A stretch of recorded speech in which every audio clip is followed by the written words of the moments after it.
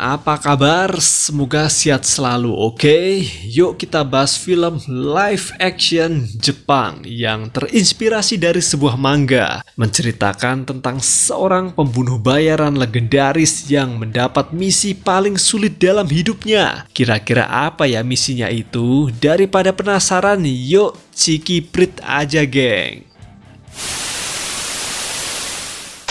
Awal kisah ini di sebuah restoran Jepang. Terlihat sekelompok gangster sedang mengadakan perjamuan antar klan Yakuza untuk membahas kerjasama bisnis. Kemudian datang seorang pembunuh bayaran berjuluk Fable, menerobos pesta dan membantai klan Yakuza ini. Dalam aksi gilanya itu, Fable terlihat sangat piawai. Bahkan dia mampu memperhitungkan setiap gerakan musuh dengan akurat bermodal rumus matematika di luar kepalanya. Sayangnya dalam pembantaiannya ini tak sengaja seorang Yakuza berhasil merekam aksi Fable barusan menggunakan ponsel miliknya sebelum ponsel itu terlempar ke semak-semak.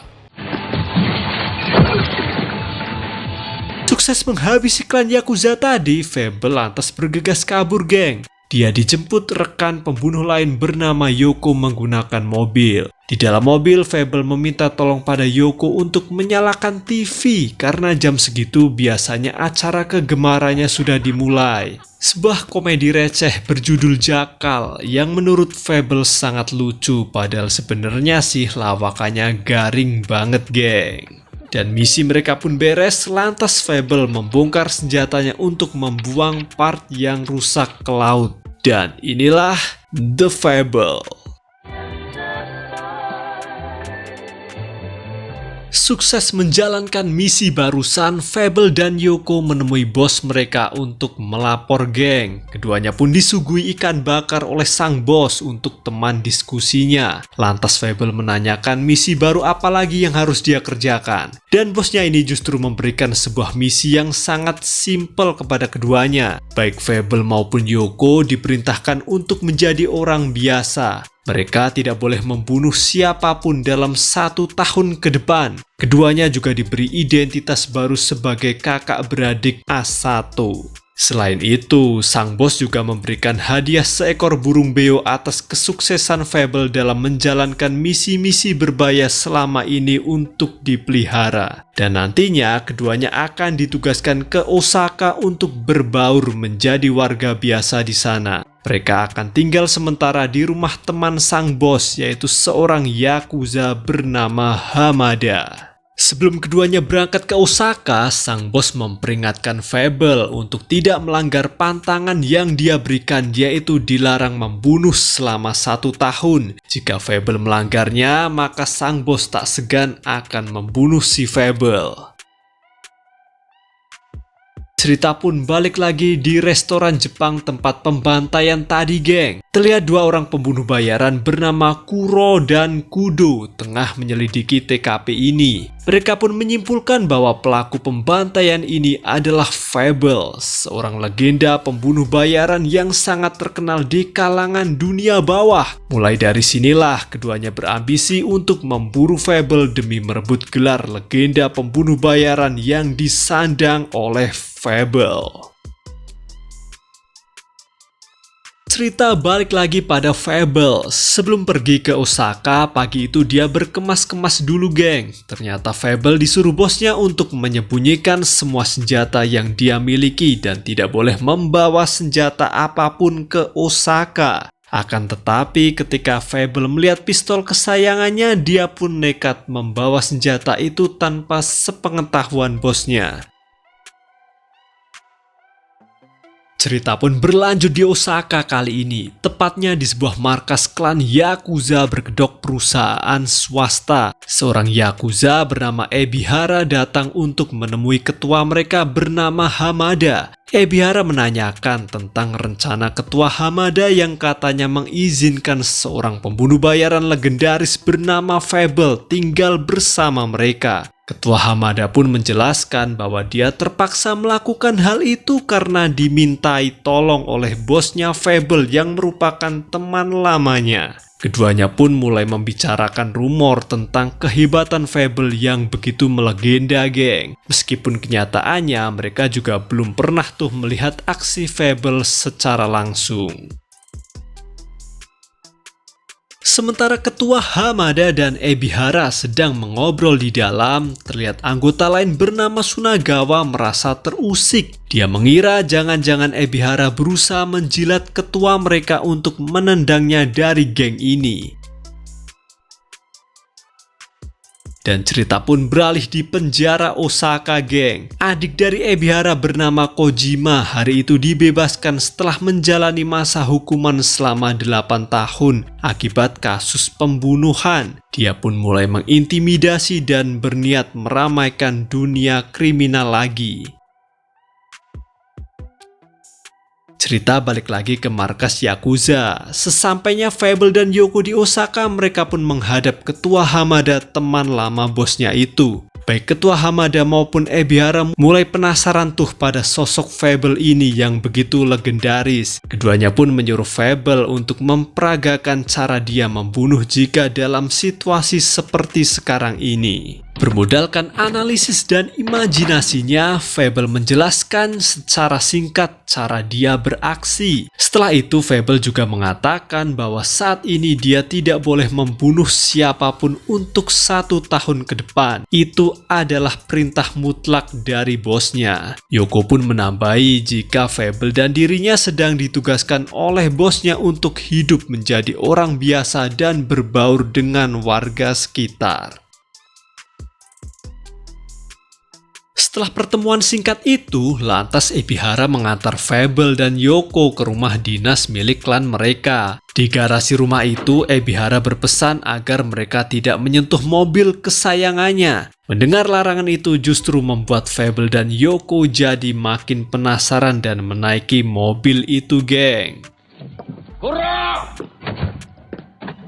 Malamnya, Fable dan Yoko buang penat dengan minum-minum di kedai terdekat. Usai minum, keduanya pun pulang. Di tengah jalan mereka dihadang oleh 2 preman suruhan Ebihara. Preman ini dibayar untuk menghajar Fable karena Ebihara masih sangat penasaran dengan kehebatan Fable yang begitu melegenda. Masih teringat pesan sang bos yang menyuruhnya untuk hidup seperti orang biasa, Fable pun menyuruh Yoko untuk pulang duluan. Sementara dia akan meladeni 2 preman ini. Namun bedanya, Fable tidak akan melawan, melainkan pura-pura kalah agar penyamarannya sebagai orang biasa berhasil. Setelah babak belur dihajar 2 preman tadi, seorang gadis cantik yang iba menghampiri Fable dan coba menolongnya dengan memberikan sapu tangan miliknya. Namun Fable menolak bantuan itu, geng. Terlihat 2 preman tadi yang berhasil menghajar Fable pun melapor jika target telah dikalahkan dan menangis minta ampun. Ebihara pun heran mendapat kabar ini, geng. Dia justru makin penasaran dengan sosok Fable yang pandai bersandiwara. Esoknya, Kuro dan Kudo masih terus memburu Fable. Mereka mendatangi pihak cleaning service yang ditugaskan untuk membersihkan restoran tempat pembantaian kemarin. Di sini, keduanya mulai menemukan petunjuk baru dengan menyita ponsel berisikan video milik anggota Yakuza yang berhasil merekam aksi Fable kemarin. Sedangkan Ebihara yang masih penasaran dengan Fable menemuinya dan mengajak Fable ke gudang tua. Di gudang itu sudah ada seorang preman bengis yang juga mantan atlet UFC. Di sini Ebihara memaksa Fable untuk membunuh si preman dalam waktu kurang dari 6 detik. Fable pun mengenakan topengnya dan mulai beraksi. Dan hebatnya, dia jauh lebih kuat dari dugaan orang-orang karena hanya dalam 3 detik, Fable berhasil melumpuhkan lawannya. Tentunya, Ebihara dan anak buahnya jadi kaget. Ternyata benar kebadasan sang legenda pembunuh itu nyata. Belum puas dengan aksi Fable barusan, Ebihara lantas memaksa Fable untuk membunuh preman itu. Tapi Fable menolaknya karena dia akan menjaga mandat dari bosnya untuk tidak membunuh siapapun dalam 1 tahun ke depan. Disitulah Ebihara mulai paham, ternyata Fable benar-benar profesional dalam menjalankan misinya. Dan Ebihara lah yang ujung-ujungnya menghabisi preman tadi dong ya. Dia pun mengajak Fable makan siang setelah itu. Di kedai, Ebihara mulai menceritakan tentang adiknya bernama Kojima yang katanya baru keluar penjara. Dia berharap bahwa Kojima telah berubah jadi anak baik setelah menjalani masa hukumannya itu. Selesai makan, keduanya pun pulang. Di tengah perjalanannya, mereka melihat gadis yang pernah mau menolong Fable. Ebihara lantas memberitahu jika gadis itu bernama Misaki. Dia adalah gadis baik-baik yang bekerja sebagai tulang punggung keluarganya. Ebihara lantas melarang Fable untuk tidak PDKT dengan Misaki karena dia itu tidak pantas untuk sekelas gadis baik seperti Misaki. Usai ngobrolin Misaki, lantas Ebihara menyarankan lagi pada Fable untuk cari kerjaan karena untuk berkamuflase menjadi warga sipil dia juga butuh pekerjaan agar terlihat seperti orang normal. Dan cerita beralih pada Kojima. Dia yang baru keluar dari penjara naik sepeda tiba-tiba menusuk pria yang sedang berjalan di dekatnya. Pria yang tertusuk ini lantas dibawa Kojima ke rumahnya untuk diinterogasi. Ternyata pria ini berprofesi sebagai agen pencari bakat untuk model JAV Gang. Dia juga punya utang dengan Kojima. Alasan Kojima menyerangnya yaitu untuk menagih hutang dan merebut kerjaan si pria ini. Dan urusan dengan pria tersebut selesai, Kojima lantas membunuhnya. Esoknya, mulailah Fable mencari kerjaan seperti yang disarankan Ebihara. Bermodal CV dan biodata yang kocak dan amburadul, dia melamar ke sana kemari tapi terus ditolak. Hingga akhirnya Fable yang kebingungan mau cari kerja di mana lagi disapa oleh Misaki. Mereka pun akhirnya berkenalan, geng. Disinilah Misaki yang tak sengaja melihat Fable memegang berkas lamaran pekerjaan, lantas berinisiatif menawarinya kerjaan di tempatnya bekerja. Setelah itu Fable pun dikenalkan pada bosnya Misaki, geng. Akhirnya dia pun diterima kerja sebagai kurir dan tukang bersih-bersih kantor. Kita beralih pada Sunagawa CS yang terlihat sedang membuang mayat di pabrik pembuangan sampah. Anak buah Sunagawa yang mendengar kabar jika Kojima telah keluar dari penjara segera memberitahu bosnya itu. Alhasil Sunagawa yang memiliki dendam pribadi pada Kojima segera merencanakan siasat licik. Sementara itu Kojima yang sudah bebas lantas menemui ketua Hamada untuk bersilaturahmi, geng. Ebihara pun datang dan menyambutnya dengan gembira. Setelah temu kangen ini selesai, kini giliran Sunagawa menyapa Kojima. Hampir terjadi keributan di markas waktu itu. Untung saja Ebihara melerai dan mendamaikan keduanya. Cerita balik lagi ke Fable. Sebagai kurir ternyata kerja Fable begitu cekatan dan tidak banyak tuntutan, geng. Bosnya senang dan mengajaknya makan malam untuk merayakan atas diterimanya Fable sebagai karyawan baru. Makan malam pun selesai, mereka semua pun pulang. Sambil terus mempelajari cara hidup menjadi orang normal, terlihat Fable mulai rindu kehidupannya sebagai pembunuh bayaran. Sembari melihati pisau miliknya yang disembunyikan, seketika Fable teringat masa kecilnya waktu dilatih oleh sang bos untuk dididik menjadi pembunuh bayaran. Terlihat Fable kecil sudah dibiasakan hidup dekat dengan alam, geng, dan sering melakukan latihan survival. Dalam cerita masa kecil Fable ini, dia nyaris terbunuh oleh tawanan sang bos yang coba kabur. Untungnya berkat apa yang diajarkan oleh bosnya itu, Fable berhasil selamat. Dan inilah asal-usul pistol kesayangan Fable. Ternyata adalah pemberian sang bos yang digunakan untuk menyelamatkan nyawanya dalam peristiwa tersebut. Flashback pun berakhir. Malam itu kebetulan Misaki mampir ke rumah untuk mengakrabkan diri dengan Fable dan Yoko. Fable pun jadi teringat pesan Ebihara untuk tidak terlalu dekat dengan Misaki. Lantas dia pun pamit keluar sebentar untuk menemui Ebihara. Setibanya di rumah Ebihara, dia justru bertemu Kojima, adik Ebihara yang menghalanginya di depan pintu geng. Fable pun menjelaskan bahwa dirinya adalah teman kakaknya itu. Lalu Kojima pun meminta maaf dan mempersilahkannya masuk. Namun tak disangka, keduanya justru kaget melihat Ebihara pingsan di kamar mandi karena serangan jantung. Usai dibawa di rumah sakit dan kembali sadar, Ebihara pun berpesan pada Kojima untuk tidak sembrono cari kerjaan baru di luaran sana. Tunggu abang sembuh, nanti dia yang bakal cariin kerja buat Kojima, katanya. Tapi emang dasar Kojima, dia pura-pura nurut kata si abang. Tapi setelah selesai menjenguk si abang, doi tetap nekat cari kerjaan sebagai agen pencari bakat model JAV.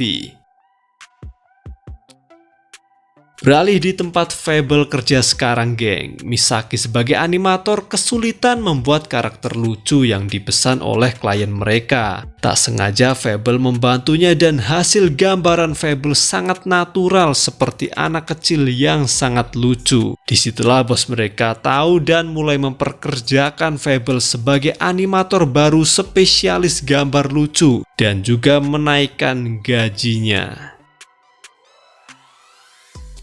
Esoknya, Kojima bergerak mencari mangsa untuk direkrut menjadi model baru dan targetnya adalah Misaki yang menurutnya cocok untuk dijadikan bintang porno. Meski Misaki menolak tawaran Kojima, tapi Kojima memaksa dengan mengancam Misaki, geng. Jika Misaki terus menolak, Kojima mengancam akan mencelakai keluarga dan semua orang yang Misaki kenal.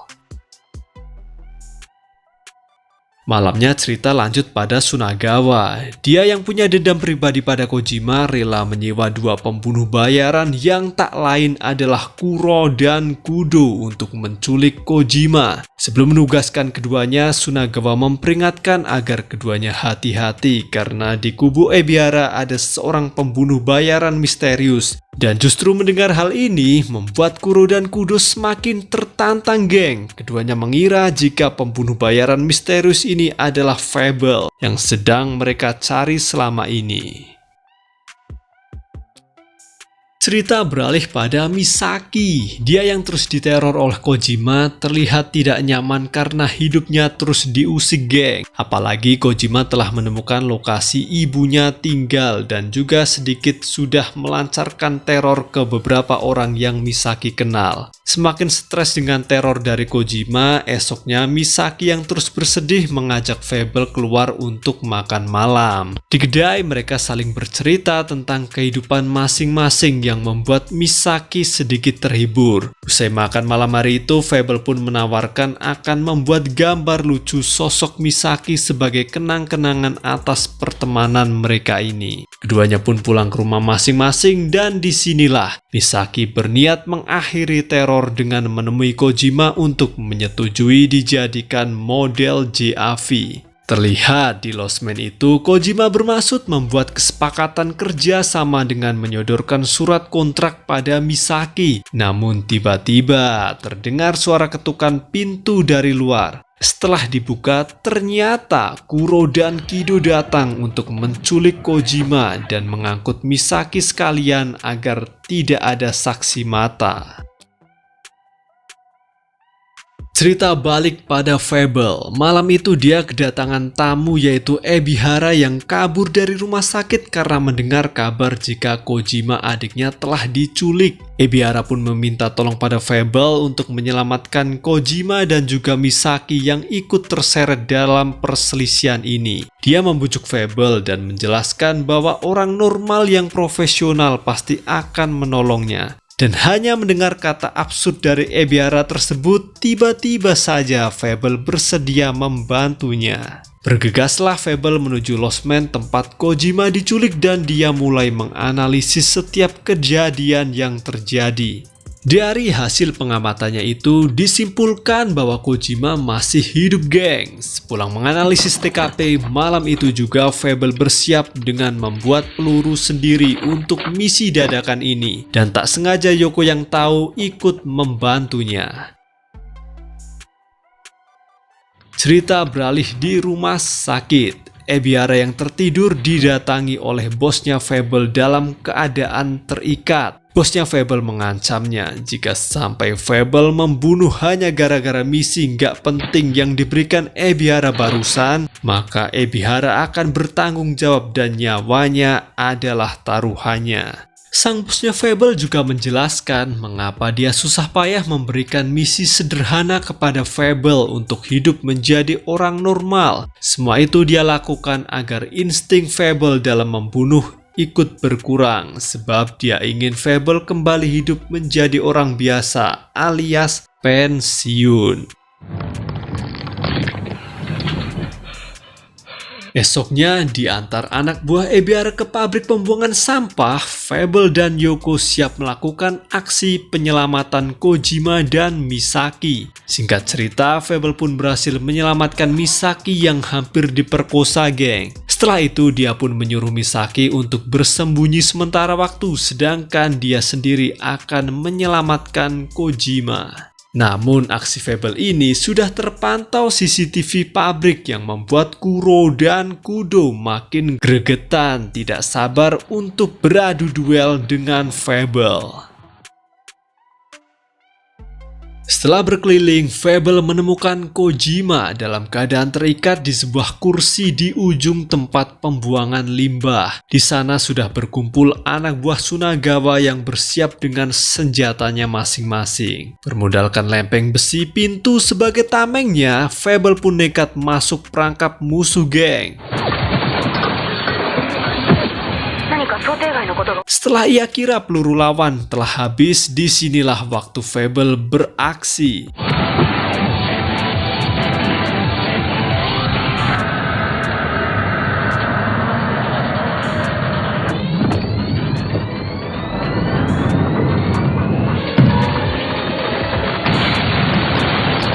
Berhasil menyelamatkan Kojima, mereka berdua pun bergegas kabur. Namun akibat misi dari bosnya yang melarangnya untuk membunuh, membuat Fable kesulitan dalam menghadapi musuh yang datang terus-terusan menyerangnya.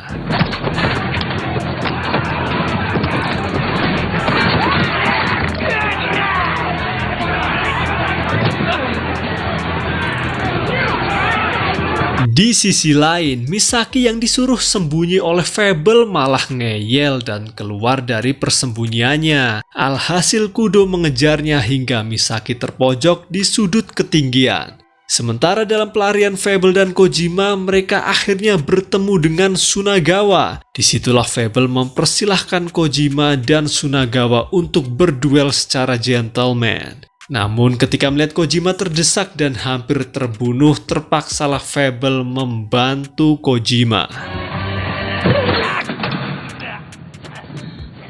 Akhirnya berduellah Fable dan Kuro dengan sengitnya, geng. Di akhir duel mereka, keduanya pun saling menembak satu sama lain dan pemenangnya adalah Fable. Sedangkan Misaki sendiri mendapat pertolongan dari Yoko yang menghajar Kudo. Untunglah Misaki yang terjatuh berhasil ditangkap oleh Fable di saat terakhir.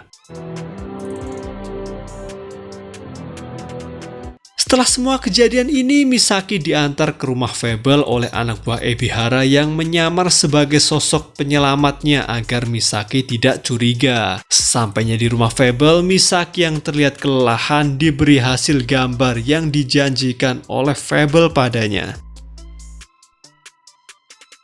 Cerita pun kembali ke pabrik pembuangan limbah dan terlihat Fable berhasil menepati janjinya untuk tidak membunuh siapapun selama 1 tahun ke depan. Terbukti ketika Kuro dan Kudo masih hidup setelah duel dengan Fable barusan. Dan tak lama bos Fable pun datang ke TKP untuk menghabisi keduanya yang dianggap sebagai pengganggu misi Fable untuk pensiun membunuh. Kemudian di akhir cerita, Ebihara yang sudah pulih dari sakitnya terpaksa menembak mati Kojima adiknya sendiri, geng. Sebab Kojima dinilai sebagai biang kerok semua masalah ini. Usai menghabisi Kojima, lantas Ebihara menemui Sunagawa dan menunjukkan foto bahwa Kojima telah tewas. Baik Ebihara maupun Sunagawa akhirnya setuju untuk berdamai. Dan cerita pun selesai. Lanjut ke The Fable 2. Oke, geng.